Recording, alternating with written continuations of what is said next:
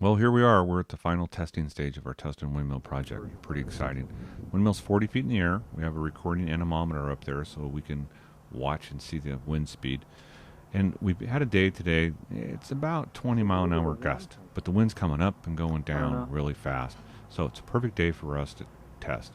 We were looking for this windmill to turn off, and as you can see from our record of the testing, perfect day for it, 0 to 20. Now remember, we worked off of the patent drawings, the old historic catalogs, photos from Old Town State Historical Park in San Diego where the windmill goes. Now, we're pretty confident we have the windmill historically correct. We have enough documentation, but will the windmill work correctly? When I say work, will it turn itself in and out of the wind? So here we go with our first test. Windmill's turned on, the tail vane's laying flat, it rolls itself into the wind. It doesn't take much. 4 or 5 miles an hour, this windmill will turn face downwind and start turning and pumping water. Now, will it turn itself off? So the wind speed picks up a little bit here, about 12 miles an hour. Slowly starts to lift over the furling vane. There she goes. Turns, and now it turns 90 degrees out of the wind. Stops itself. That's what's important. Now remember, the wind's coming from the right to the left. It hits the furling vane, rolls that furling vane over, and you can change the counterbalance weights there.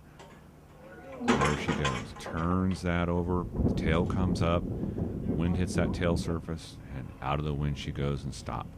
And that's what's important, that it can turn itself off. Adjust those weights up a little bit. Takes a little bit more wind. Perfect. Rolls over about 12, 14 miles an hour, turns 90 degrees and stops. That's what we're looking for. Now here's another big test for us. It's tracking. Now we're watching the tail beam.